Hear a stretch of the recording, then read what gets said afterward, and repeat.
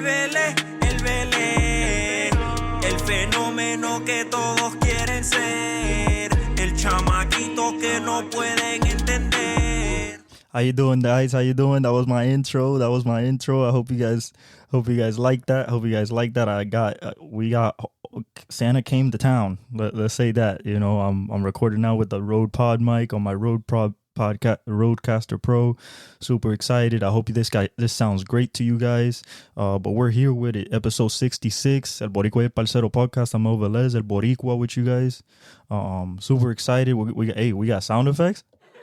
Hey, we're gonna give us a wah. You know what I'm saying? I hope you guys love that. We're gonna keep upgrading. We're gonna keep going forward. Right now, I'm holding my mic. My boom arm hasn't come in yet, but we're rolling. So, let's get into it. First things that I want to get out the way. We're gonna talk about the Chiefs. Okay, we're gonna talk about the Chiefs. This is not what I expected. You get what I'm saying? Like, this is not what I expected from, Mahomes. This is not what I expected from Travis. If there's changing in levels and stuff like that, I'm just, working out the kinks right now. But I'm going to speak very nice for you guys, not loud and stuff like that, so you guys can hear me clearly and it's not annoying to you guys to your ear. This is my first time doing this, so I hope it comes out good. But, yeah, guys, so we're going to talk about the Chiefs. We're going to talk about the Suns' struggles. We're going to talk about Jaime Jaquez, that boy. Hey, 30-10 on Christmas. Yes, sir. I like that. So, we're going to talk about all of that. But, I hope you guys all had a wonderful Christmas. Or Noche Buena. Feliz Navidad. And we're probably going to, the next episode is probably going to be after Christmas, after New Year. So I hope you guys have a wonderful New Year and a prosperous New Year. So heading into the NBA right now, if we're looking at it, something I thought that was funny was that Shannon Sharp, before the Boston Celtics and Lakers game in the morning, I think the day before, he said that the Lakers could wipe the floor with the Boston Celtics, and granted with the referees, I guess, but at the same time, I don't think so. And that's exactly what happened. They got whooped. The threes started raining down, and it was a no-show. Jason Tatum, was kind of off a little bit. Jaylen Brown was, it kind of just did a whole, it was kind of like a whole Boston, just the team just did its thing. Kristaps went for 28. Anthony Davis went for 40 points. 40 points. And they still lost 126-115 at their house in Christmas with everybody healthy.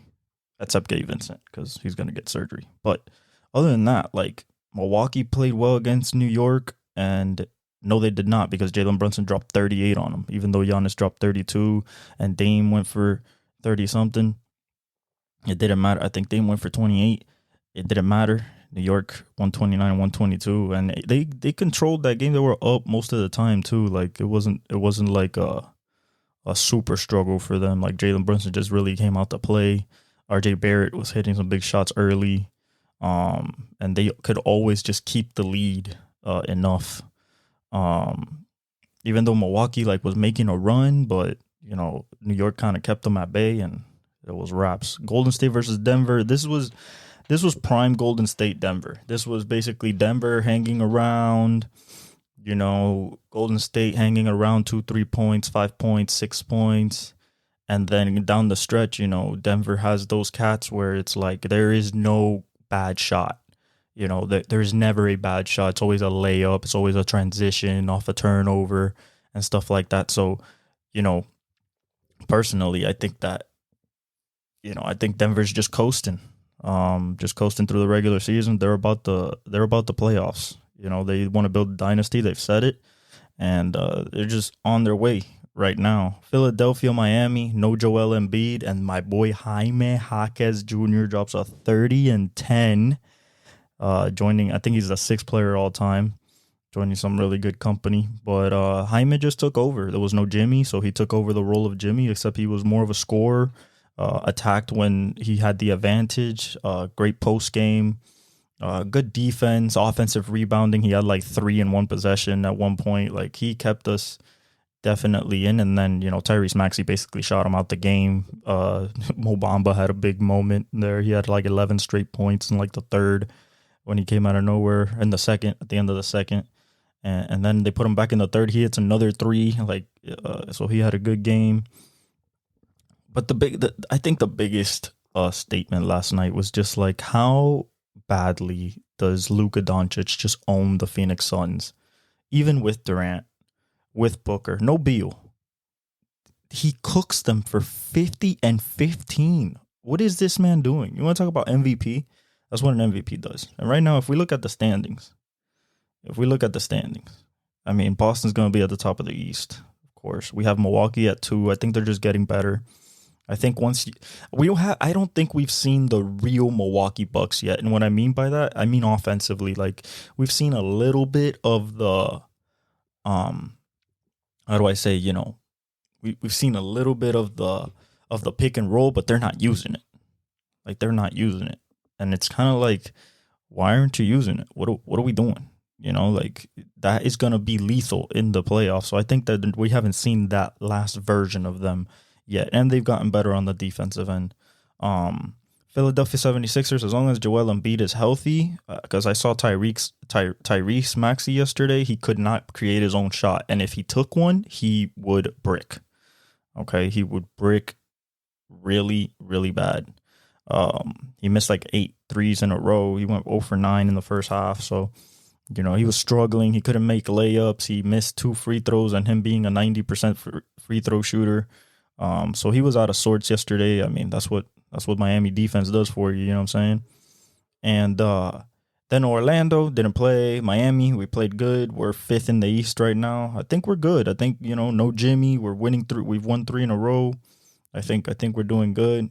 The Cavaliers don't know what's going to happen. Mobley's hurt. So is Darius Garland. There's talks about Donovan Mitchell possibly maybe getting traded. I don't think so. I don't know why they would break that up 1 year after acquiring him. Everybody else, well, guys, Detroit Pistons. 26 straight losses, guys. 26. They matched the record. The record's 28 for one season. For the all time. But the one season is 26 games. So they already reached there. So 28 is by the 76ers when they were doing the process and Ish Smith was starting and all that. They were trying to lose to try to get Joel Embiid and Jahlil Okafor and then Ben Simmons and the whole process thing. So, for them to not try to lose, but are losing anyway and are losing bad, like to the Jazz with nobody, like, people don't see where the next win is going to be. And I don't think any team wants to give them the win. So they're going to have to battle their asses out. And this might go up to 30. This might go up to 35. Like, we might be looking at, and people are saying that we might be looking at the worst regular season team of all time, records-wise. And they only have 2 wins, 27 losses. Like, it is looking bad, and it was already bad from last year. I believe Monty doesn't want to coach this team. I think he just took the money. Honestly, from what I'm seeing, like, it took this long for you to start Jaden Ivey. It took you this long to say that you didn't even talk to Jaden Ivey in the offseason, talking about coming off the bench after starting the whole season and being like your number 1 scorer without Cade. So, as a rookie, so I don't understand what Monty is doing, because this is ultimately like ruining his reputation. He's ruining like really good young players, like Cade and Jaden Ivey, Jalen Duren, and Amen Thompson, Asar. Like, I think that is bad for the development of those players, and hopefully Monty just gets the screws tightened, and please, for the good of Detroit. Like, they got the Lions now, but you have regressed, and you were already bad.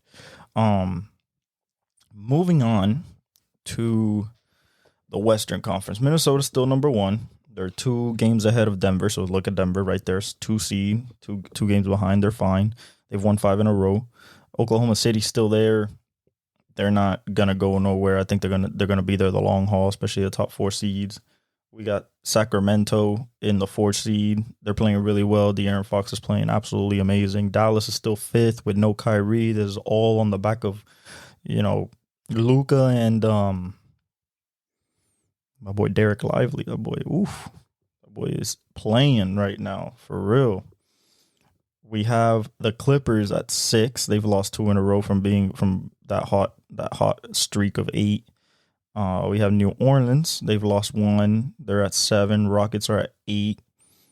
Los Angeles Lakers 9. Yep, exactly.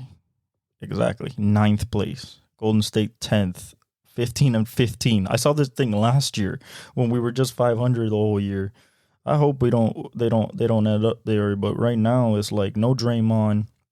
We're figuring it out with the young cats, but at the end of the game, like we've been in so many clutch games and a few possessions here or there, or one bad shot or a lot of turnover here, turnover there. Like it means so much, and we're honestly in a battle with Phoenix right now, which is incredible. We're 2 of the most oldest and experienced teams, at least when you look at the stars like Booker and KD and Curry and Clay, but we're 10 and 11 right now, and the top of the West, like people above them, like it is gonna be tough to crack those top 6. Utah is still there. No Keontae George. I wish they would get him back so you could see that full team healthy, but I think I like their young core. Memphis is with Ja Morant 3 straight. I expect that to keep going unless they face a really good team that can beat them. Portland just got to start Scoot now. I think they got to run Scoot and Shaedon Sharpe. See how that works. See who's gonna stay, who's gonna leave. In San Antonio, and that's for Popovich, because come on, how am I seeing Wemby on in transition, wide open in the paint? I'm talking about wide open, 7-4, hand up, okay. Hand up. Hey, what are we doing? And Sohan looks at him and rather have a contested 3 by Devin Vassell or Keldon Johnson in the corner. Give Wemby the ball. This is annoying, bro. They have 4 wins. This is not good for them. It's not good. Like, I like Vassell. I like Keldon. I love Wemby, but, you got to let them play to actually try to win. Put in Trey Jones. That is the best point guard you have on that team. Put in Trey Jones. I don't know how it's not that easy. I don't know what Pop is doing with this Sohan experiment. Like I don't understand it. It makes no sense to me. But that's the NBA. There wasn't a lot of games, so today we get another full slate of games. But let's talk about a little bit about the upcoming football playoff that we got coming up. This smells to me, okay? This smells to me like Bama might be the favorite, okay? And I'm going to tell you why. Bama has been slept on the whole year. They've been slept on, saying they're done, like the dynasty's over and stuff like that. And they don't have no quarterback or anything like that. But the thing is, you got to understand that when Nick Saban figures out something, it's tough. Very, very, very tough to, how do I say? It's tough to beat him when he has everything figured out. And he took the whole season to figure out his quarterback. He took the whole season to figure out his defense, to figure out his offense. And now they're playing good. They just beat Georgia. Milroe is playing with the utmost type of confidence. And going against in the Rose Bowl against that Michigan team where we still don't know what the full potential of JJ McCarthy is and stuff and stuff like that. Like, that is a tough ask. You know, that's a tough ask. I want Michigan to win. Believe me, like, if I picked a team to win the national championship, it would be Jim Harbaugh. He's been there over 10 years.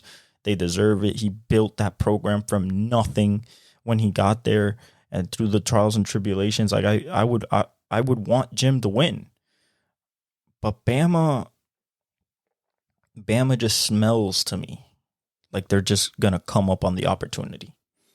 You know, and it doesn't matter because I believe that this will be the actual national championship is Alabama, Michigan, because Texas or Washington going against Alabama for the national championship, like, Washington would have to have such a prolific passing day against that defense, and then their defense hold the Milroe offense.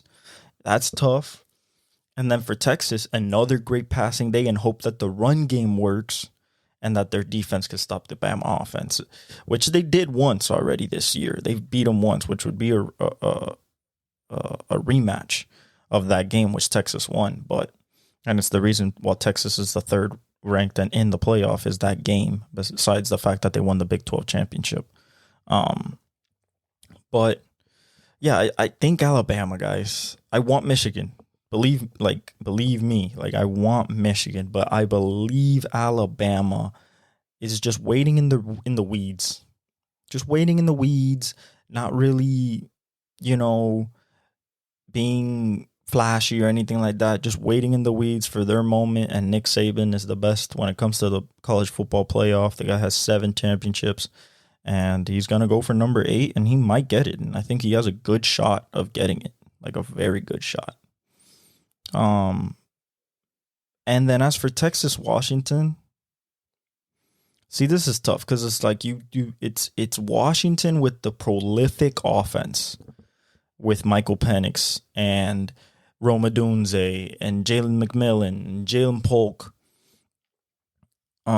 versus, you know, Quinn Ewers, Adonai Mitchell, Xavier Worthy, you know, and Brooks. No, I think Brooks is hurt, so I think it'd be Baxter, the running back. So I think it's gonna be tough. Usually, the Big 12 is kind of favored in these, but since the Big 12 hasn't been like super like on top the last few years, I'm gonna go out on a limb. I'm gonna say Michael Penix. I'm gonna say Michael Penix wins this game on his arm. I think this is a great draft building game for him. And I think he wins against Texas. I think it's a close game, but I think it's going to be Alabama, Washington for the national championship. Those are my picks. Don't feel particularly confident about them, if I'm being honest. But now, moving on to what you guys love about this podcast. Football. Week 16. All right, guys, listen. Let's talk about it. The Rams won against the Saints, which I picked. So, shout out to the Rams. They could have made it a lot easier, though, because the Saints somehow got back in close. Derek Carr had 319, 27 for 40, 3 touchdowns, an interception. And this was all mostly in the second half. And then Matthew Stafford went 24 for 34, 328, two touchdowns, no picks. When you talk about running the ball, that's where the Saints failed. I mean, Alvin Kamara got 9 carries for 19 yards. As a team, they rushed for 35 yards total on 16 carries, so they abandoned it pretty quickly. On the other side, that's where they excelled. Kyren Williams gets another 100-yard game, 22 carries, 104, and a touchdown. They ran for 133, which is not a lot. It was mostly on Kyren. Chris Olave had another good day coming off of the injury last week, 9 for 123. Rashid Shaheed went 5 for 70 and a touchdown. Jawan Johnson caught another touchdown. A.T. Perry caught a touchdown. You know, but at the same time, Puka Nacua goes 9 for 164. 9 for 164, a touchdown, along a 41. This guy's a monster, bro. Look at Cooper Kupp, 6 for 52, and they, threw the ball for 328 yards. Like, now, one thing I want to shout out about this Rams team, this defense is starting to look a little legit, and we don't know a lot of people on it, but Aaron Donald, Jordan Fuller, Kobe Durant, Troy Reader, Byron Young, he's doing good. Christian Roseboom, Ahkello Witherspoon. Like, these are people that John Johnson the third. Like, we don't know these people, but they're playing well. They're young, but they're playing well. And this Rams team, I don't think anybody wants to see this Rams team with how this offense is cooking, especially with Kyren Williams. For the Saints, I mean, it's either get another quarterback or not pray, but maybe in the draft we go get another weapon next to Chris Olave. Another like nasty weapon, another one, or close to a one as we can get. And at the same time, this defense is getting a little old.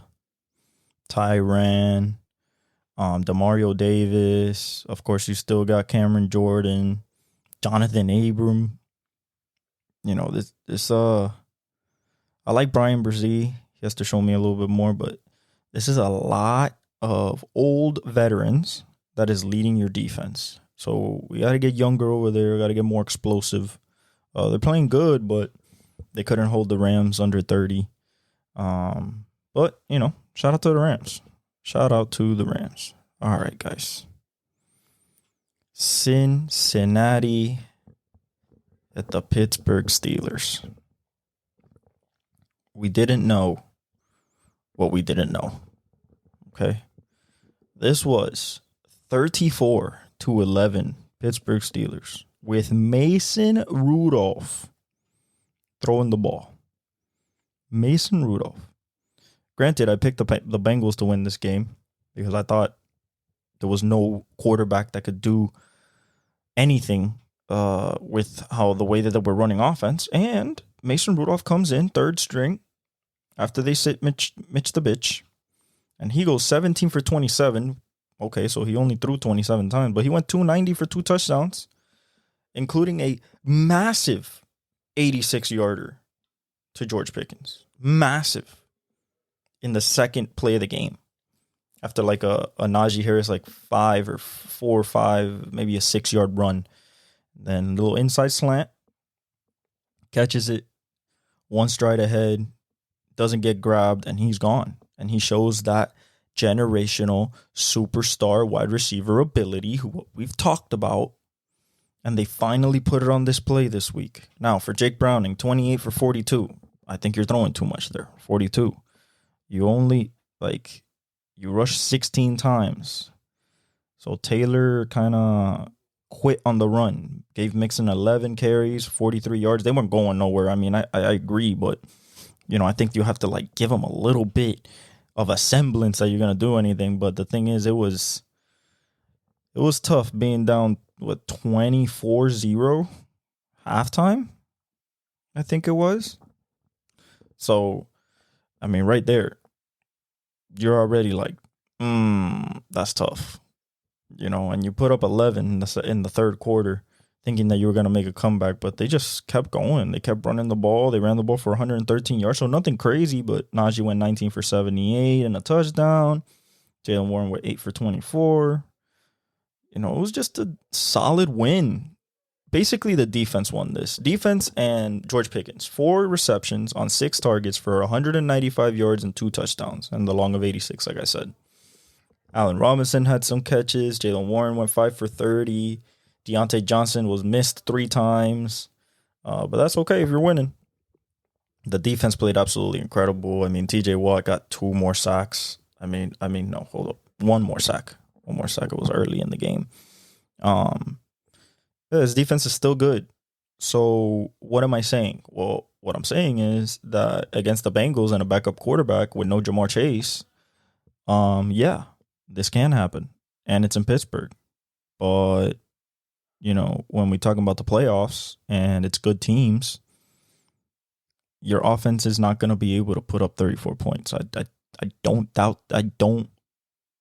think so. Okay, I don't think so. But at the same time, if Mason Rudolph is going to be this dude, which he got named the starter for this upcoming week, if he's going to be the dude like that, then by all means, right? By all means. But at the same time, like, are you really gonna show the offensive explosiveness against a better defense? Because the Bengals defense been struggling this year. It was good last year, but it's been struggling this year. It's bottom of the league in a couple of categories that are pretty important. Even with T. Higgins going for 5 for 140 and a touchdown, and Tyler Boyd going 5 for 59. You threw for 335, the Bengals, but it was kind of just empty calories because the Steelers kind of just locked it down the first 2 quarters, and then they just scored another 10, third and fourth, just mitigating whatever little comeback they tried to come back with. But shout out to the Steelers, 8-7, one more win, and it would be 18 straight seasons that Tomlin secures a winning record, unprecedented. But he has to win one more. Next, Buffalo at the Chargers. All right, guys. Easton Stick, 23 for 33, 215. Okay, and he ran a touchdown in. Josh Allen went 15 for 21. 15 for 21. Didn't throw it that much. Went a touchdown, a pick. James Cook went 20 for 70. Gabe Davis went 4 for 130. He cooked this game. Cooked. Finally. He hasn't cooked all year. Finally cooked. Stephon Diggs, 5 for 29. They're still not finding him. I don't know what's going on. Dalton Kincaid went 1 for 7. So we're having a lot of like up and down moments from the stars and the high draft picks of this team. The defense played well. They were up 14-10 at half, and then they had another 10 points while the Chargers tried to make a comeback at the end, and it didn't work. But this is what they needed to do: put pressure on us, the Dolphins, in order to possibly set up a 4-division winner-take-all game, Week 17, but or Week 18. My bad, because this is Week 17. So Week 17 would be the next one. We're against Baltimore, and then for the 1 seed, and then we go, yeah. So, I think personally that this is a scary team, but at the same time, there's still some deficiencies because you're supposed to cook the Chargers. You're not supposed to only score 24. Now they come a little spirited, new coach, new GM, interim head coach and interim GM. But, even with that, you're facing a backup quarterback. Not a lot of starts under him. They sacked him 5 times for 40 yards, so that was pretty good. But Eckler getting 15 for 65. Like, we're not the run game at 98 yards. Like, the run game sucks. Like, this team was known for Eckler, and it's just not working. Granted, they had no Keenan Allen either. That's tough. Of course, Mike Williams been out all year. So, but, the Chargers just need a coach. And people are talking about Belichick, and people are talking about Harbaugh. But what is the Spanos family going to do? What is the Spanos family going to do? Because when it comes to spending money on good coaches, it's a whole lot of this right here. They do not spend money on coaches. Okay, that's why they got Staley. Okay, I think they were looking at Steichen from the Eagles, and they didn't want to pay him, or Sean Payton, one of the two, and they didn't want to pay him, so they gave it to Staley. During that coaching process, they wanted Daboll. That's what they wanted. They wanted Daboll before he went to the Giants, and they just didn't offer enough, and they got Staley, and Staley ran a horrible defense. A horrible defense with all pro type of players. I mean, who wouldn't want to have Khalil Mack, Joey Bosa, Asante Samuel Jr. You got Derwin James. Like, Tuipulotu. Sorry about that.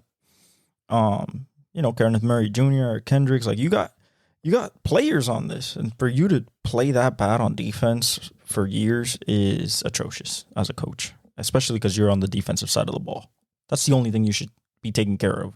Yes, you're a coach, you have to make decisions and everything, and you were a analytical coach to the end of the world. It would be on your own 30 and you don't even think about time and score. You're like, it's 4th and 1, we're going for it, like you without thinking. So yeah, you needed to get canned. Thank God you did, and now the Chargers can have a new lease on life. We hope. For the Bills, 9-6, keep on trucking.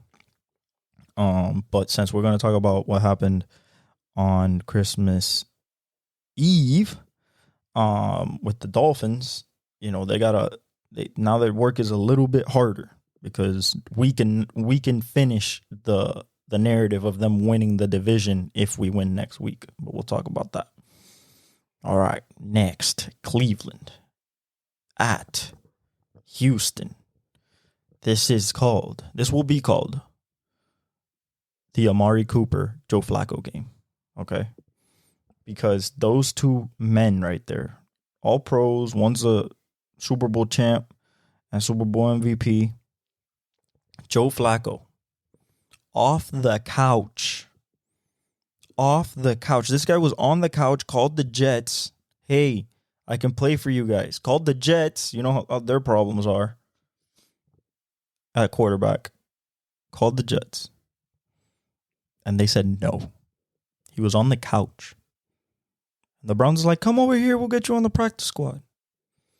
And Deshaun goes down. And then DTR goes down the next game. Insert Joe Flacco. And this man, for a playoff-bound team as of right now, goes 27 for 42, 368. He throws 3 touchdowns, does throw 2 picks. It's still Joe Flacco. They don't run the ball at all. They get 30 carries for 54 yards between Pierre Strong and Jerome Ford and Kareem Hunt. But Amari Cooper breaks the all-time Browns record set by Flash Gordon. Yes, Flash Gordon. 10 years ago. And that one season, that 2012 season, and goes 11 receptions on 15 targets for 265 yards and 2 touchdowns and a long of 75. That's what I call Alabama Amari Cooper, if you guys remember. That's what he did at Alabama. And at the Cowboys when he was there, when he finally gave Dak the boost he needed, a number 1 receiver, when he got traded there. But this was amazing to see from Amari because he's a number 1 receiver and he doesn't get respect put on him that much because he's been part of Cleveland when Baker's there and all the drama with OBJ and Kareem Hunt, and so he doesn't take a lot of the spotlight sometimes when it comes to wide receivers around the league. But he is a true number 1. He's been since he came into the league when he got drafted by the Raiders, and 11 for 265 is incredible on Christmas Day. That is absolutely, not on Christmas, on Christmas Eve. That's absolutely incredible. And shout out to Joe Flacco, man. That boy still has a cannon. 27, 42, 368. Shout out to you, bro. Shout out to you. Yes, sir. That's what I'm talking about. 38 years old, still slinging the pill like that? Oh, yeah. I like it. For the Texans, ain't no shame here. No shame here. Hopefully, you're still 8-7, so you still got a shot. You still got a shot, especially with the struggling Jags. You still got a shot. You just have to hope that CJ comes out of concussion protocol this week. No Tank Dell. You still have Nico. He did pretty well. Dalton Schultz 8 for 61. Noel Brown 3 for 18. Nico, 6 targets, 4 catches for 18 yards and a touchdown. So it was tough. It was tough sledding. Andrew Beck caught a touchdown. It was tough, but I think shout out to Dameon Pierce on a 98-yard run back. That was insane. That was absolutely insane. For a running back to do that, a running back that is known for power to do that, that's absolutely incredible. Absolutely incredible. Shout out to him. UF, baby. Go Gators. Good job. Good job. Good job. But yeah, man, shout out to the Browns, 10-5. Still very much in the wild card hunt. Very much in the division winning hunt if Baltimore slips. I don't see that happening though. So right now they are in the inside track to be one of the wild cards. So shout out to the Browns and Joe Flacco. Might be getting paid. Who knows? Might be getting paid. 38 years old. I know, old. Maybe this is just a swan song type of season. But if they go deep in the playoffs, divisional round, maybe they make it into the championship round, or maybe he runs the Super Bowl. We'll have some conversations about that. But shout out to the Browns. We go to Washington.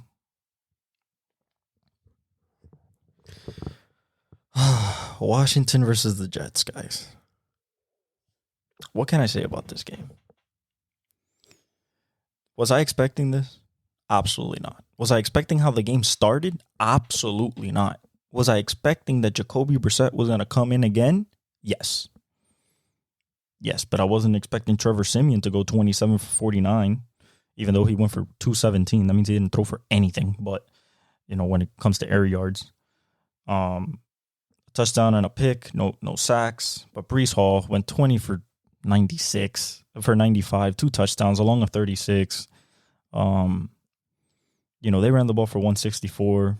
Breece Hall looked amazing. Breece Hall went for, 95 rushing on 20 carries. And then went 12 catches for 96. So over a 200-yard from scrimmage day.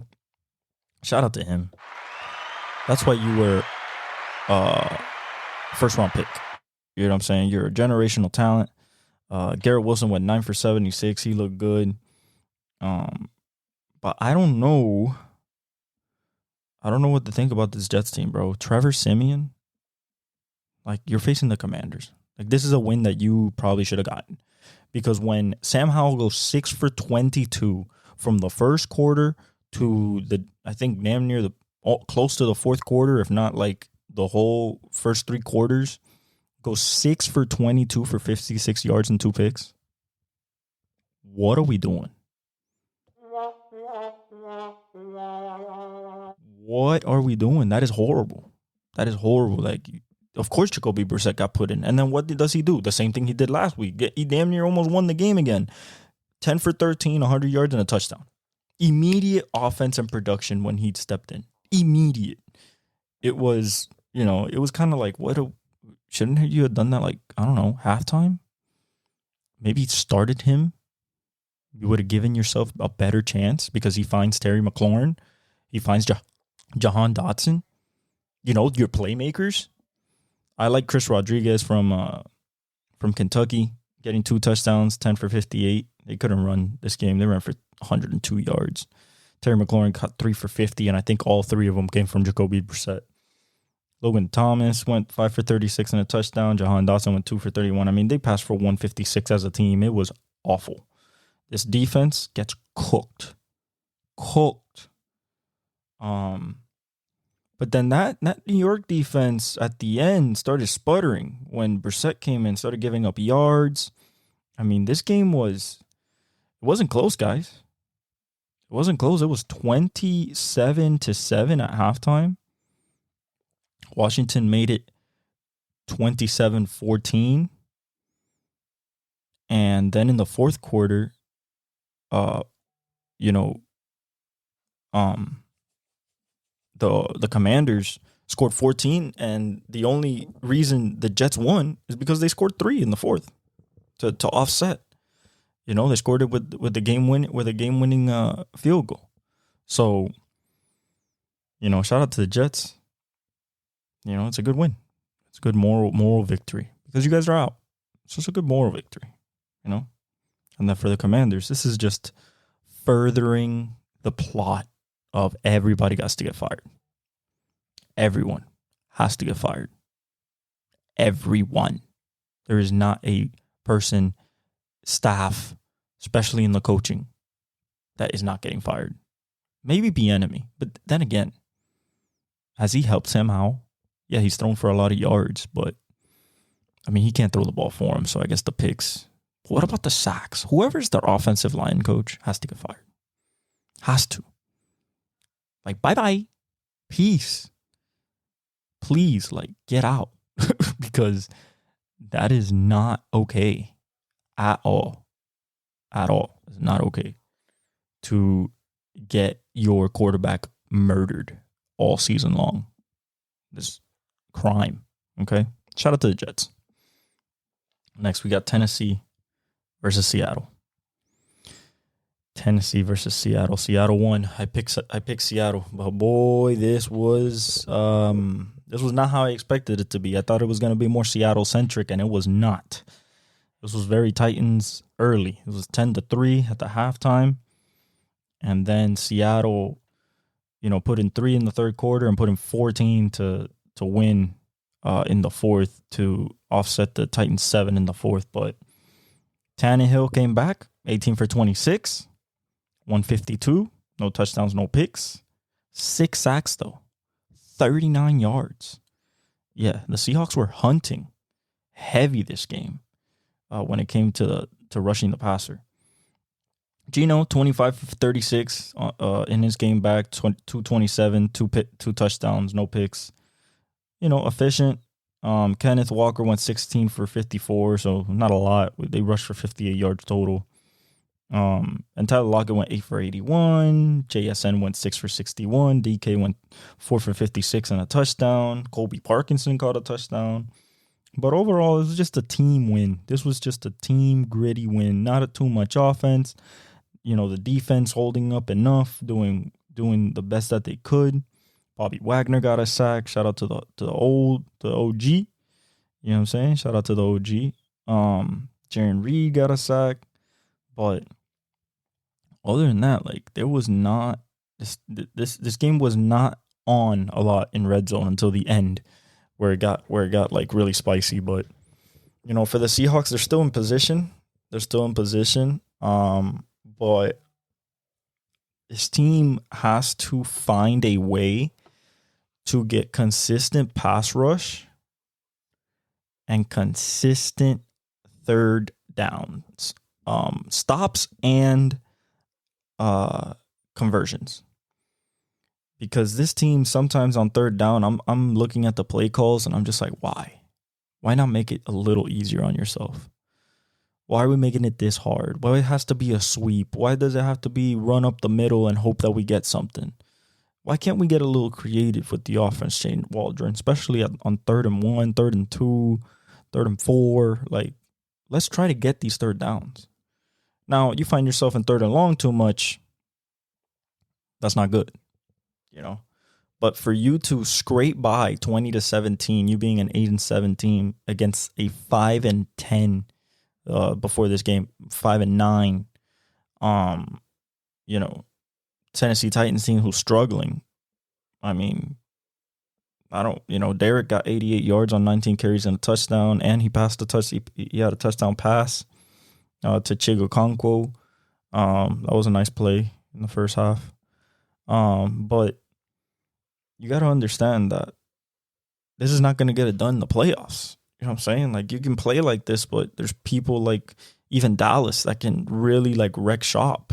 If you guys don't convert third downs and you keep punting the ball away. So, got to clean that up if you guys want to have success in the playoffs. Next game, Indianapolis at the Falcons. And I picked the Colts. Why? I just felt that they were better based on the offenses and what I had seen. Insert Taylor Heineke. Oh, yep. Insert Taylor Heineke. What happens? 29-10. Falcons win. He finds Kyle Pitts. He finds Drake London. Still finds Jonnu Smith. They use Bijan. It looks a little bit better. Shout out to you. Finally, Arthur Smith. Come on. good. That's what I'm talking about. If you have these weapons, you have to use them. Gardner Minshew, 20 for 37, a pick, 201 yards. Jonathan Taylor, 18 for 43 and a touchdown. 92 yards rushing total as a team. Nobody went over 70 yards. Nobody went over 65 yards receiving. And I think it was their second string tight end who led them. The two tight ends, the ones who led them in receiving, 62 yards for Grandson and Will Mallory, 4 for 47. No Michael Pittman. That hurts, obviously. Their defense has played well, but this game, they got ran roughshod on them. Taylor Heineke went 23 for 33 for 229 and a touchdown, no picks. Bijan went 12 for 72 on the ground. Tyler Algier went 9 for 69. Even Cordero Patterson went 7 for 26. Like, they went 30 carries for 177 yards. Like, he ran. And then Bijan went 7 for 50 receiving. And Kyle Pitts went 3 for 49. I wish it was more, but at least it's something. Drake London went 3 for 39. Jonnu Smith still gets 6 targets, 2 more targets than Drake London and Kyle Pitts. I don't understand what's happening. If you want to win, that's why you draft high. Because if you lose, you're supposed to get game-changing players. But if your whole philosophy is on using Cordero Patterson, Jonnu Smith, and Cordero Hodge, and Scotty Miller, and not using your 4th pick, 10th pick, or your 7th pick, you'll win some games, but you won't win all of them because you're not putting your team in the best successful position to win consistently. So I hope Arthur Smith fixes that. If not, he's going to get fired. He might be one of the guys on the chopping block. He might be one of the guys on the chopping block right now. So depending how this season ends is how the future of the Atlanta Falcons will look. But they need to go look for quarterback, whether it's Justin Fields, whether it's maybe draft Jaden Daniels in the draft. They need to go quarterback because Taylor Heineke, Desmond Ridder, that ain't cutting it. For the Colts, this was a tough one. You could have cemented yourself more as a playoff contender, as a playoff, kind of lock. If you would have won this game, now you have questions at the fact that it's starting to look like the quarterback situation is affecting you guys. And the defense is starting to get tired. Zaire Franklin is leading the league in tackles, and it looks like he's getting they're getting a little tired. They're getting a little tired, and that's tough when you're in December football and you got to win, especially to go to the playoffs. So we'll see what happens. But shout out to the Falcons. Shout out to the Falcons. Next game. Green Bay, Carolina. I expected this to be a blowout, guys. Remember I said that? Because I thought the Panthers were hot garbage. Guess what? This was 33-30. And 33-30 with Bryce Young almost leading a comeback, which is something positive about him. But if we get into the game, Jordan Love was 17 for 28, 219. So nothing crazy. He went 2 touchdowns, no picks.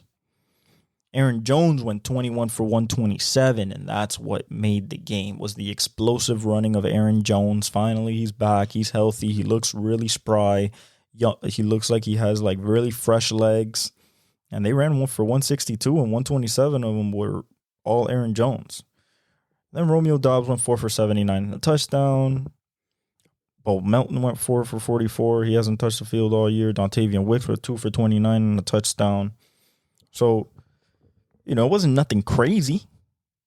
But it was a good game considering that it was 23-10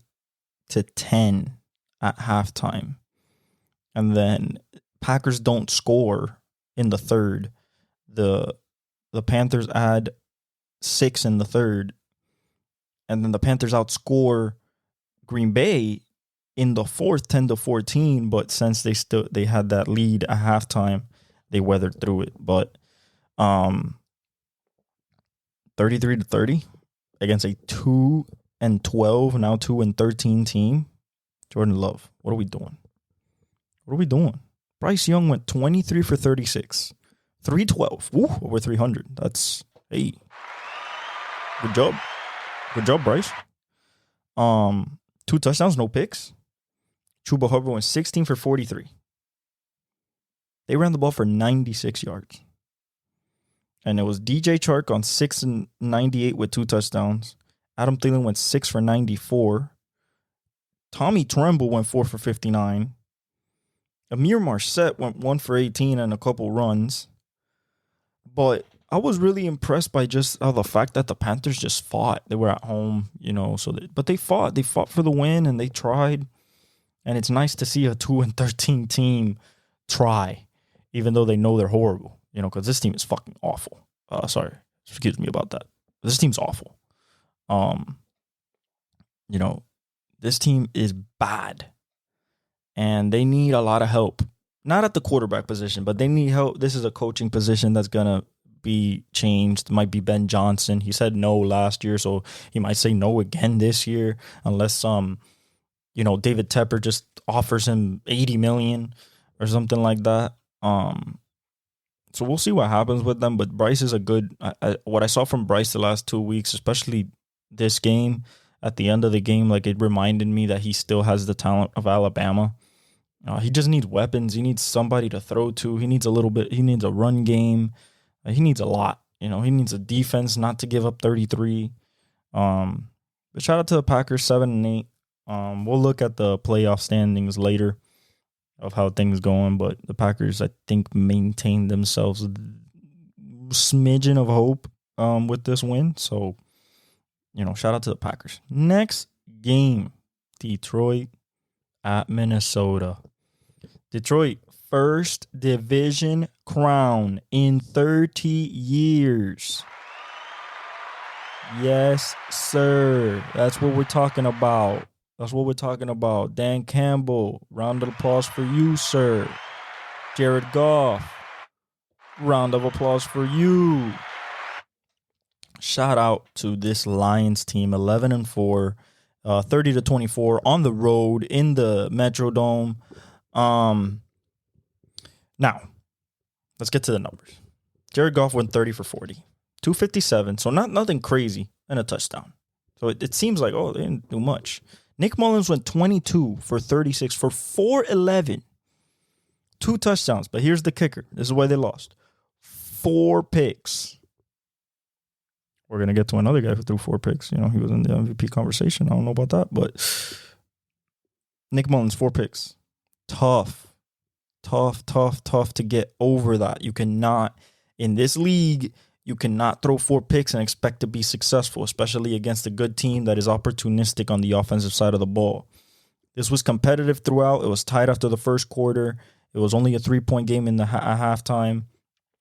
It was close throughout, but the Lions did everything they should have, and they won the game.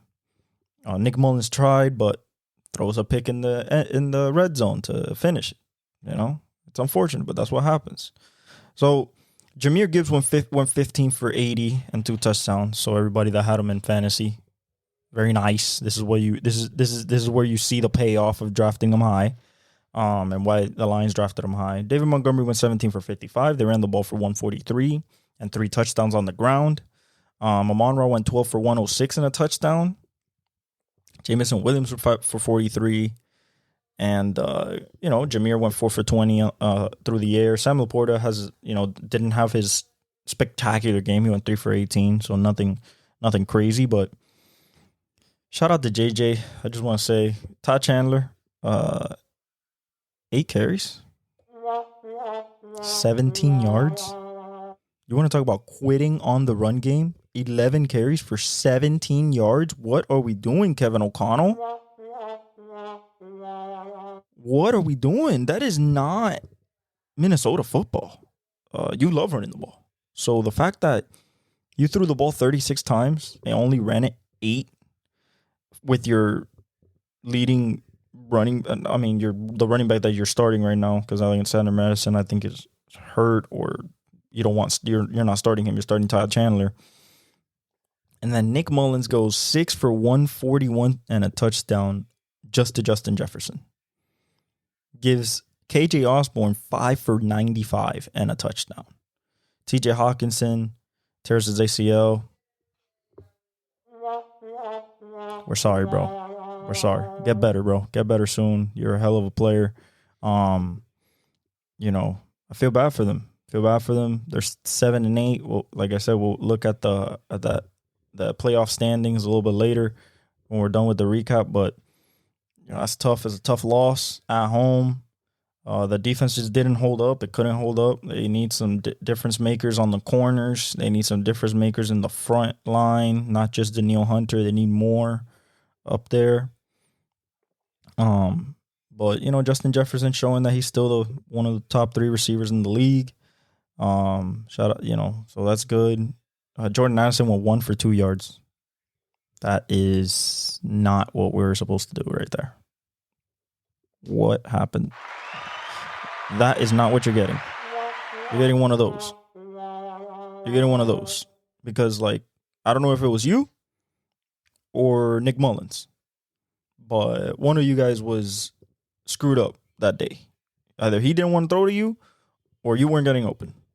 And to throw for 411 yards and only find you for 1 catch and 2 yards on 4 targets, and you're the number 2 receiver on the offense, that's tough. Shout out to the Lions. Shout out to Dan Campbell. Like I said, first division crown in 30 years. Aaron Rodgers leaves and the Lions take the mantle the first year that he's gone. So shout out to you guys. Shout out to you guys. Hell of a season so far and more to get. Next game. We go. Jacksonville, Tampa Bay. Guys, what happened? What happened? I don't know. I don't know what happened. You know what happened? No number 2 receiver, no number 3 receiver. No Christian Kirk and no Zay Jones. That's what happened.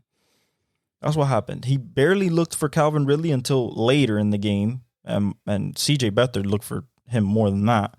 Because Trevor got hurt. He sprained his shoulder. He's questionable for this upcoming week. We don't know. But according to his track record, he should go. He should be going. And it shouldn't be CJ Beathard. But we'll see this upcoming week. Trevor went 17 for 29, 211, 1 touchdown, 2 picks. The turnovers keep haunting him. It's kind of like Josh Allen. They keep haunting him, and it's not good for him. It's not good for him. But you know, when you're missing weapons, it's tough. It's tough to make those throws. And the Buccaneers have a good defense, but CJ went 11 for 15 for 94 yards and a touchdown. So he tried, but they were down too much, and the defense was just allowing too much too. Trevor ran a little bit. He went 4 for 29. They couldn't run at all. We're talking about 13 carries as a team. 37 yards. What are we doing? What type of run game is that? That is doo-doo trash. Doo-doo trash. 13 carries for 37 yards? You are not opening any holes. And that's what happened. Vita Vea playing great. Devin White got a pick. So Evan Ingram was 10 for 95 on 15 targets. Calvin Ridley goes 6 for 90 and 2 touchdowns on 9 targets. And then nobody else does anything else. You know, you got Elijah Cooks for 3 for 38, Tim Jones 3 for 32, Parker Washington, the rookie, 2 for 19, Travis Etienne with 3 for 19.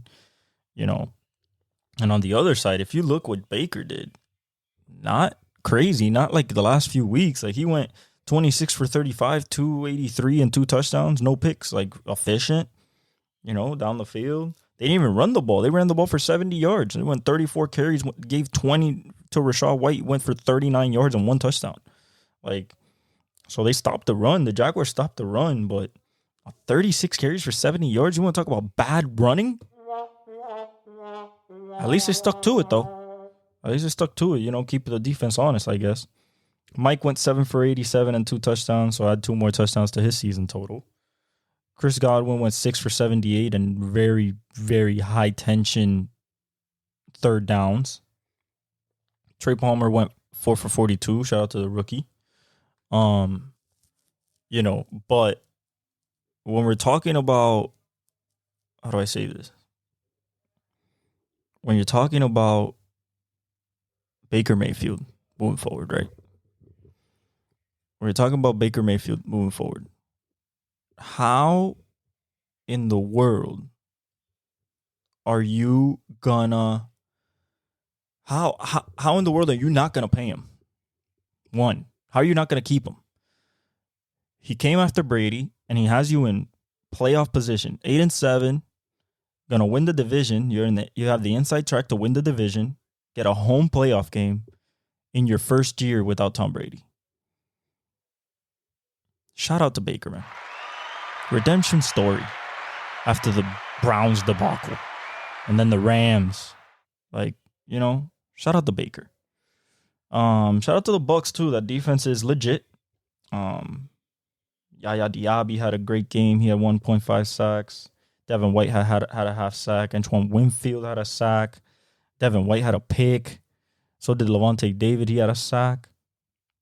This defense is playing well. I don't know if people want to face them, but at the same time, they kind of have different ways to beat you. They can be the defensive team, but they can also score a lot if you don't want to cover Mike Evans or Chris Godwin, or if you don't want to defend the run. Rashad White is really good. So, it might be a tough out, but right now I see him like one of the weaker playoff teams, I want to say. All right, let's go to a game that was the Tank Bowl. Okay, the Tank Bowl. Arizona. Chicago. Now, I took Arizona. Foolishly. I admit it. I should have definitely gone Chicago and Justin Fields. I thought Kyler was better. I thought Kyler would do something better. But 16-27, and it wasn't particularly that close because it was 27-7 at the end of the half. They both had 3 points in the third. And then the Cardinals tried to come back, scoring 6, but in the fourth, but the Bears scored 3. And it wasn't crazy performances either. I mean, we're talking about 24 for 38, 230, 2 touchdowns for Kyler. Not a lot. They rushed the ball for 93 yards on 20 carries. James Conner went 12 for 45. Kyler went 5 for 32. Justin Fields were 15 for 27, 170, a touchdown and a pick. We're not talking about crazy numbers here, guys. Now, what the crazy number about Chicago is the rushing. 39 carries as a team, 250 yards, and mostly on the back of Khalil Herbert and Justin Fields. Khalil Herbert, 20 carries, 112 yards and a touchdown. And Justin Fields went 9 for 97, a touchdown, and a long of 39. So they were running on them Cardinals. I mean, they're a 3-12 team. I expect that, but I thought Kyler had something for him. But I guess not. Receiving wise, when your running back is your leading receiver, James Conner, 5 for 67, a touchdown, it wasn't a good day. It wasn't a good day passing the ball. Now, for the Chicago Bears, their leading receiver is actually Cole Kmet. He went 4 for 107. He had more than 50%, maybe 65% of all of Justin Fields' passing yards on 5 targets, which is pretty good. He had a 53. He has a long of 53. DJ Moore went 3 for 18. That's not a lot. 6 targets. That's not a lot. Roschon Johnson went 3 for 16. I mean, they're not throwing to nobody. Mooney's 2 for 5. Mercedes Lewis caught a touchdown for 1 yard. That was his only catch and his only target. Shout out to the Bears. I don't know what what's gonna happen with Eberflus now that he's won back-to-back weeks. I'm not sure, but I think that they still should fire him personally, especially if they're gonna. I think they're gonna take Caleb anyway. I think they should and trade Fields, especially because his stock is high right now. But knowing the Bears, I mean, they could go way left field. They could go left and just do something unprecedented or unexpectedly stupid, like usual. So we'll see. We'll see. Shout out to the Bears, though. Then for the Cardinals, hey, we're just hoping for Marvin Harrison Jr., baby. They're just hoping for Marvin Harrison Jr. to fall into their lap. And that's when the true career of Kyler Murray starts, with a number one receiver again. You know, that's what he's hoping for. Moving on. Dallas, Miami. Guys, I picked Miami to win. Now, it wasn't a blowout, and I didn't say it would be a blowout. It wasn't a spectacular showing of offense. The Cowboys' defense held up, for the most part. But when it mattered most, Dak couldn't get third downs. He got one. He basically, on third down, he was getting pressured. We got pressure on him. That's what we had to do. And we got pressure on him. You know, hallelujah. We sacked him a couple times. Sacked him 4 times. Only for 11 yards, but, you know, we hit him. You know, we hurried him. You know, he went 20 for 32 for 253, 2 touchdowns, no picks. So he had a good day, but it didn't look good. Tony Pollard with 12 for 38. We held him 97 yards rushing overall, 25 carries for 97 yards. You know, CD went 6 for 118, but it didn't look like he was getting off. Like, that was mostly like a couple drives. It wasn't over the full game. He had a TD in the beginning of the game. Jalen Tolbert went 2 for 51. Jake Ferguson went 4 for 45. So, you know, the usuals. And even on Tua's side, I mean, Tua didn't get even to 300 yards. We went 24 for 37, so efficient. 293, a touchdown. No picks. 1 touchdown. You know, Raheem went 11 for 46. We rushed for 91 yards, so it wasn't like a good rushing day for us. I mean, he went 11 for 46. Devon Achane went 7 for 24. Jeff Wilson 5 for 21. So it was spread out. You know, Tyreek went 9 for 99. Are we on pace for the 2,000? All right, guys, it's getting tough now. It's getting tough, not just because the MVP race, you know, had another switch up this week, which we will get to because that man already has one, and it's looking like he's going to win another. But Tyreek, 9 for 99.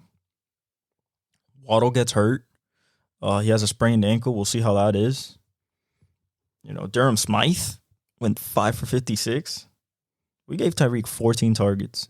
9 for 99 is okay, but he needs 180 average for the next 2 games against Baltimore and Buffalo in order to try to get 2,000, to break 2,000, and I think secure the MVP if he gets to 2,000. I mean, right now the record is even far away. He needs like 165 a game to beat Calvin Johnson's record. So it's tough. It's tough that he missed a game. It's tough that he had a game with 65 yards. You know, he did most of his work like in the beginning of the season, the first 8 weeks, and it's been kind of tough because they're scheming him, and he's been a little hurt and dinged up. But, you know, I think he can do it. But against those 2 defenses, it's going to be tough sledding. Shout out to the Dolphins, though. We beat a team that was a winning team. They can't say that no more. We stopped Dak. That MVP shit is done. He not gonna be no MVP. And we showed that the Cowboys are beatable. You know, we continued showing that the Cowboys are beatable. Just like the Bills showed. And we didn't even run for that much either. Our offense has to be a little bit more explosive, I believe. Because against the really good teams, we need to score points, and 22 is not going to cut it, even though the Cowboys have a good defense. But I'm happy with the result. I'm happy that we're 11-4, and then we have a date with the Baltimore Ravens next week for the 1 seed in the AFC, which is really exciting. So shout out to the Dolphins, baby. Shout out to the Dolphins. Sorry about that. Dolphins, baby. Fins Mafia. We're doing good. Next week is going to be tough, though. Tough. Next game. All right. I don't know what happened this game. Okay, if I'm being honest, I did not see this coming. I could have seen it coming, maybe because Belichick is Belichick. But like the Broncos were playing well, especially on defense. And the Patriots win in Mile High. 26-23. Beat Russell, beat Sean Payton. And it wasn't particularly close until the fourth quarter. It was 7-3 halftime. Then New England scores 20 in the third. They go bonkers. Scored 20 in the third. Just 3 in the fourth, but with that 20-point explosion, and then the Broncos trying to mount a comeback late, scoring 16 in the fourth. Nothing in the third, it kind of just sealed them away. Bailey Zappi, 25 for 33, 256, 2 touchdowns. No picks. Efficient. Ezekiel Elliott went 12 for 27. They ran the ball for 59 yards. So no running game whatsoever. And then in the passing game, we went 5 for 74 for Demario Douglas. Devontae Parker goes 4 for 65 and a big third down conversion. Ezekiel Elliott went 9 for 33 and a touchdown. And Mike Gesicki goes 2 for 15 and a touchdown. Jalen Reagor made an appearance, 2 for 33. Tyquan Thornton, 1 for 11. Yeah, that's a bust. We can clearly say that is a bust of a draft pick right there. Wanted the speed, none of the route running skills, and none of the catch skills or separation skills. Can run a 4.2, but that's about it. For the Broncos side, Russ, 25 for 37, 238, 2 touchdowns, no picks. Running, Jaleel McLaughlin, 6 carries, 37 yards. Javonte Williams, 11 for 24. They ran the ball for 83 yards on 23 carries. It was a bad looking game overall. If I'm 26-23, but it didn't look good aesthetically this game. Leading receiver, 3 for 63, Marvin Mims, the rookie. Brandon Johnson went 3 for 47 and a touchdown. Lucas Kroll went 4 for 28 and a touchdown. Jerry Jeudy went 3 for 44. And Cortland Sutton went 0 for 0. I think he got hurt. He got 1 target. It might have gotten hurt. Because, no targets the rest of the game and 0 catches. That's kind of weird to me. But Denver, this is a letdown. At home? Against a 3-11 team that can't find a stride? Come on. 3rd string quarterback? Come on. Well, basically 3rd string, but 2nd string. No receivers, no running game, no semblance of offense. And you allow them to come into your house at 26-23? That's embarrassing, bro. I think this might have been the game that Sean Payton might have just decided that Russell Wilson's not it. Russell Wilson's not it. This is not what we're going to do. This is not where we're going to go. And, I think he's going to make a pivot at the quarterback position at the end of this year for next year. They can swallow the cap hit. It'll be tough, but they can swallow it. But yeah, I don't think that him and Russ mesh, and we've seen it over the whole year. At the beginning, it was bad, and it looks like there's just no explosives on the offense. It's all kind of grind out football, and it's tough. It's tough, especially because they can't run the ball most of the time. So, I think that this marriage is done. I believe that Sean Payton will go out fishing for a quarterback in the offseason. But shout out to the Patriots, bro. Bailey Zappi, Demario Douglas, Bill Belichick still can go on the road. Get a W. For pride's sake, for pride's sake. Now, next game, Philadelphia. Actually, no. Even a more embarrassing one. Let's get to talking about Las Vegas, Kansas City. First thing I'm going to say about this game. This game was embarrassing because the Kansas City side was literally snap the ball, and if it was a pass play, Patrick seemed like he knew nobody would be open. And that's sad. That means you don't have a number 2 on your offense. That means you don't even have a number 3 that you trust. Travis is getting triple covered, double covered. He dropped the ball earlier in the game. You know, people running the wrong routes, still having miscommunications, running routes and what we want to do. You know, I've never seen Patrick run as much as I've seen him run this year, especially the last few weeks. Like, he is taking off and trying his best to get first downs and keep the chains moving. One penalty kills this team. One holding, illegal hands to the face, offside. Like, they get killed because they cannot make up for it, even with Patrick Mahomes, the best third down and long quarterback ever. It's tough. It's tough for them to move the ball, bro. It's 20-14. It was 14-7 at halftime. You know? And you score 7 in the fourth quarter and that's it. At home? At home? The first time you lose to the Raiders in your career? And at home? Like, they're 4-4 at home. Like, they're not they're a mid home team. And the reason is, like, Aiden O'Connell, listen to these stats. Raiders won, by the way. Aiden O'Connell, 9 for 20. 9 for 21. Usually, that's what it means. You're losing. That's what it means. No. 9 for 21, 62 yards. No touchdowns. No picks. 2 sacks for 14 yards. Running, that's where they made their money. Zamir White, a.k.a. Zeus, Georgia Bulldog, 22 carries, 145 yards along of 43. They pushed that Kansas City defense around, especially in the second half when they were tired. In that fourth quarter, they were mauling them because they had been out there too long.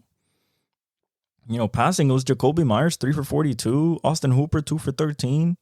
Davante Adams with 1 catch for 4 yards. 1 catch? 4 yards? Wow. Meanwhile, the Raiders won. You know why they won? Because Patrick went 27 for 44. 235. Horrible right there. 1 touchdown, 1 pick. 4 sacks for 23 yards. Tommy Townsend went 1 for 1 on that 4th down for 11 yards.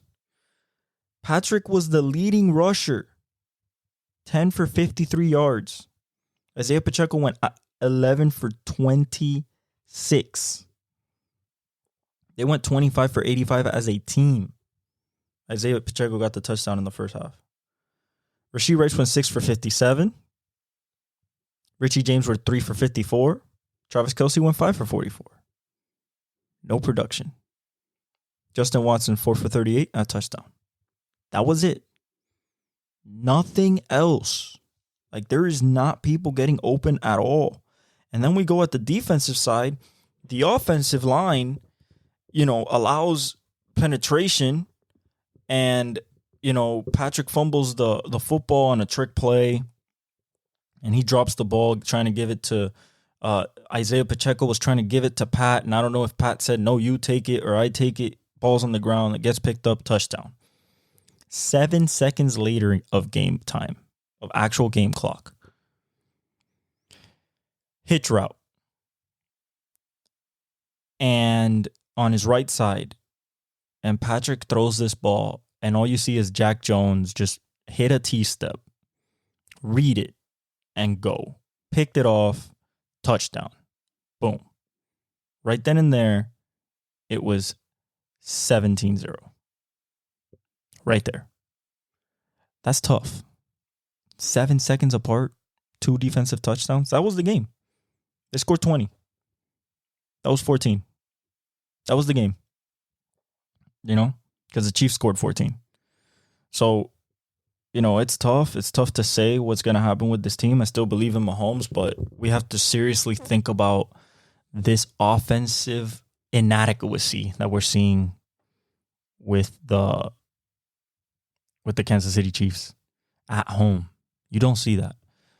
We're seeing, Travis Kelce be mad and slamming his helmet. We're seeing Patrick Mahomes be mad and screaming at the O-line and everything, and that's understandable. But when you're losing, it's exasperated in the media, and you get talked about. So I hope that they fix the ship, because if not, I mean, the fact that they've missed on so many, they missed on George Pickens, they could have picked him. They've missed on a lot of receivers, if we're being honest. And they usually didn't do that. They drafted Tyreek Hill. They drafted Travis Kelce. So it doesn't happen often, but these last 2 drafts they've missed, and it's been tough. Rashee Rice they didn't miss on, but Sky Moore missed. Your high draft picks, your second rounders, your third rounders, you can't miss on those, especially when they're skill guys. The defense is still keeping them in it, but the defense is going to get tired, and it got tired this game, and they got ran over in the fourth quarter by a 7-8 team. So I don't know what was going on with the Chiefs, man. It's going to be tough picking games from here on out. I believe in Mahomes. I believe in Andy Reid, but this offense looks so tough to just move the ball forward. First downs are horrible. Second downs are frightening. And third downs are absolutely just horrific, atrocious. Some of the play calls, we get a holding. You get a holding call on 3rd and 8. Make that a 3rd and 18.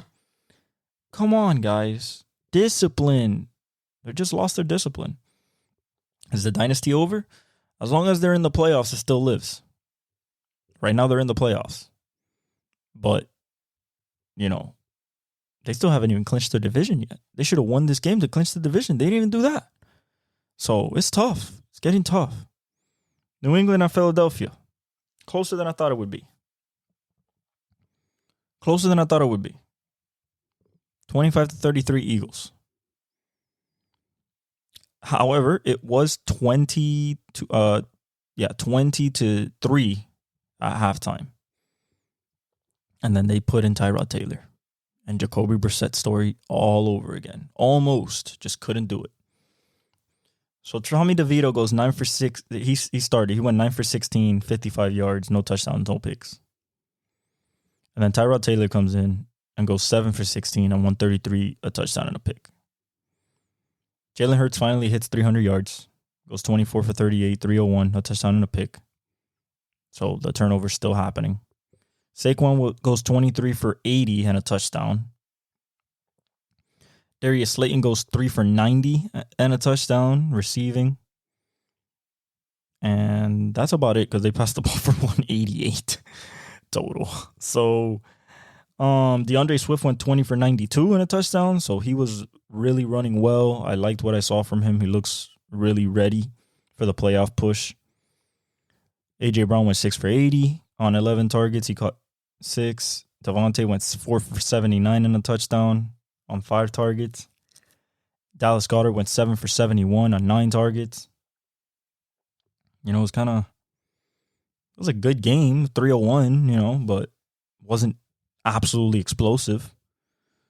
The Eagles defense still had the holes sometimes, but, it's the Giants, so they can hold them off enough, especially facing Tommy DeVito at the first half. So they basically got a freebie, and then Tyrod Taylor started slinging the pill.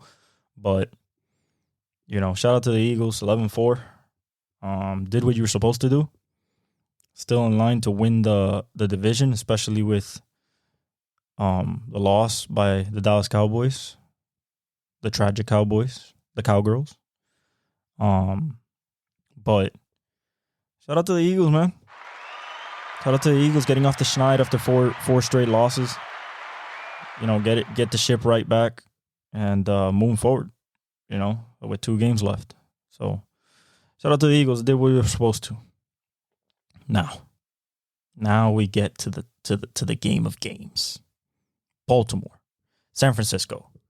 Baltimore 33, San Francisco 19. First thing we're going to start off with. Lamar Jackson is your MVP frontrunner as of today. MVP front. I don't want to hear Brock Purdy. I don't want to hear Dak Prescott. The only 3 names I want to hear is Lamar Jackson, CMC, and Tyreek Hill. There is no other quarterback that should be considered. Lamar went 23 for 35, 254, 252, 2 touchdowns. Efficient. Good game.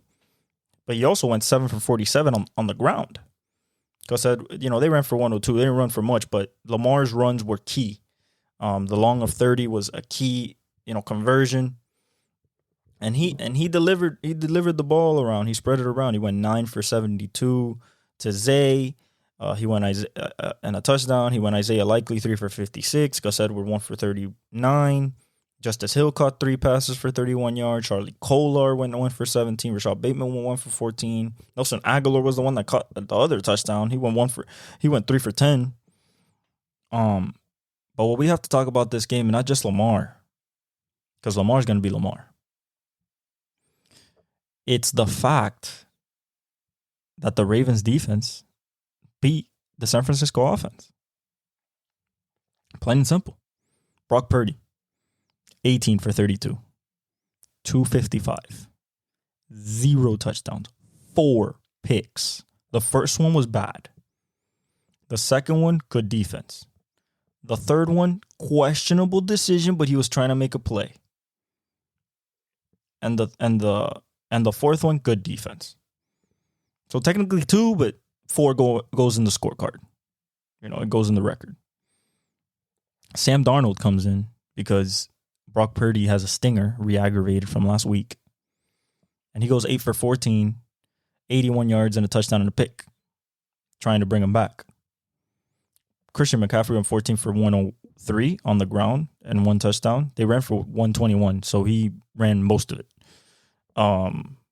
Efficient day for him. 14 for 103 is ridiculous, along with 39. George Kittle cooked 7 for 126, 4 and 58, along with 58 on 10 targets. Brandon Ayuk cooked 6 for 113 and along with 33 on 7 targets. Debo went 4 for 47. Christian McCaffrey went 6 for 28. Ronnie Bell caught the only touchdown, the rookie from Michigan. But let's talk about what happened. And what happened is plain and simple. The Ravens offense could run the ball and extend plays, and because of Lamar, they could make plays off script better than the 49ers. Brock Purdy got hit, hurried, pressured constantly. Jadeveon Clowney had a good game.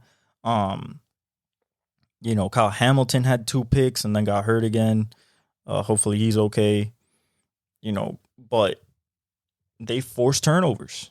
And when you're such a good team and it's 2 good teams and it's splitting hairs, who's gonna win? Turnovers are gonna be the factor that plays in it. And when you look at turnovers, that is the difference. The difference is 5 turnovers. 5.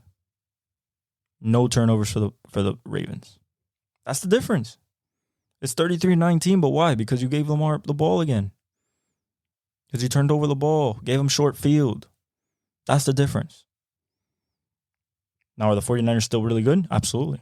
They lost Trent Williams, though. I don't know what's going on with him. Hopefully he can play because they lost a lot of offensive linemen. They were down to their last reserve last night.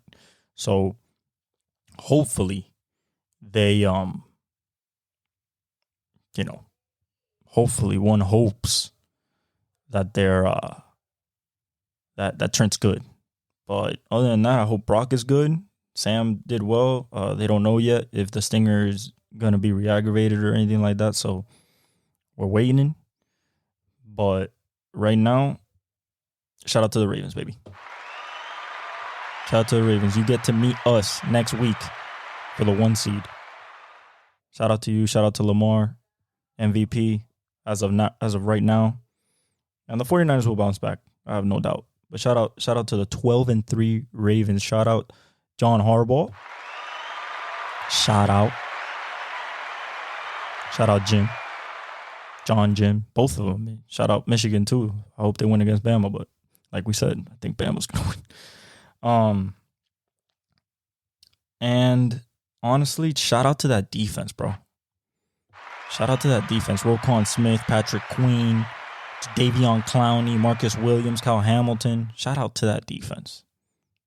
Stevens. Shout out. Good shit, Ravens. We've reached the end of this recap and the end of this episode. The last thing I'm going to leave you with, you guys, of course, is going to be the standings and the playoff picture. Because we got to look at this, you know.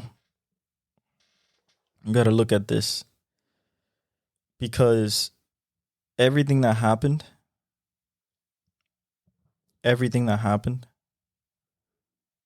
is basically, you know, shook up the playoff picture. You know, it shook up the playoff picture. Baltimore with the win right now, they're going to make the playoffs for sure. The Dolphins are going to make the playoffs for sure. 99% right now for the Browns to make the playoffs as of right now. 99%. Kansas City at a 97% still. 91% chance for the Bills. 79% chance for the Jags off of that loss. Actually, hold up. This might not be it. Let me just go to the standings. I think that'd be better. Go to the standings and then click on the playoff section. Here we go. Okay. So Baltimore clinched. We clinched. Miami clinched with the win over Dallas. Kansas City hasn't clinched yet. Jacksonville's still the 4th seed. Cleveland is the 5th seed. Buffalo is the 6th seed. They're coming. Indianapolis still the 7th seed. With Houston getting C.J. Stroud back, that's going to be a battle. And then Pittsburgh Steelers with, 8-7 Cincinnati, 8-7 Pittsburgh Steelers, 8-7 Houston Texans, 8-7 Indianapolis Colts is going to be a battle. It's going to be a battle. The Ravens are technically still in it. They need help. But they're kind of still in it. And then in the NFC, we have San Francisco. They won their division, and they're locked to the playoffs. Philadelphia is locked for the playoffs. Detroit won their division. They're locked into a 3rd seed right now, but with the possibility to maybe get the 1 seed.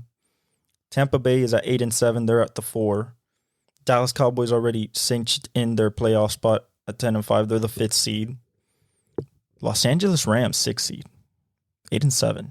Seattle Seahawks, 7th seed, 8-7. Minnesota Vikings, 8th seed, 7-8. So it's still all for grabs. Even the Green Bay Packers have a shot still. The New Orleans Saints somehow still have a shot. Chicago Bears are somehow not mathematically eliminated, but I think it's going to be the Rams.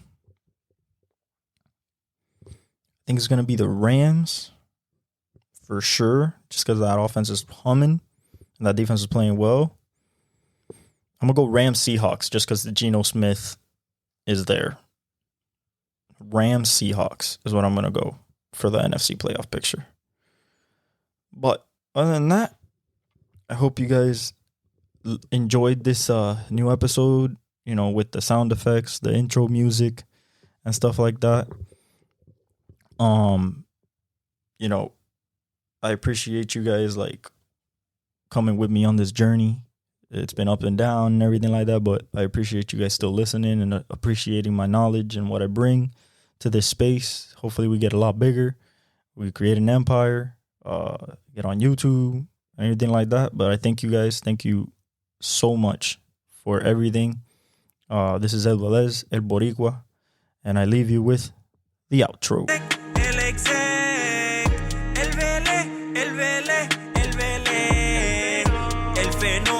Que todos quieren ser, el chamaquito que no pueden entender.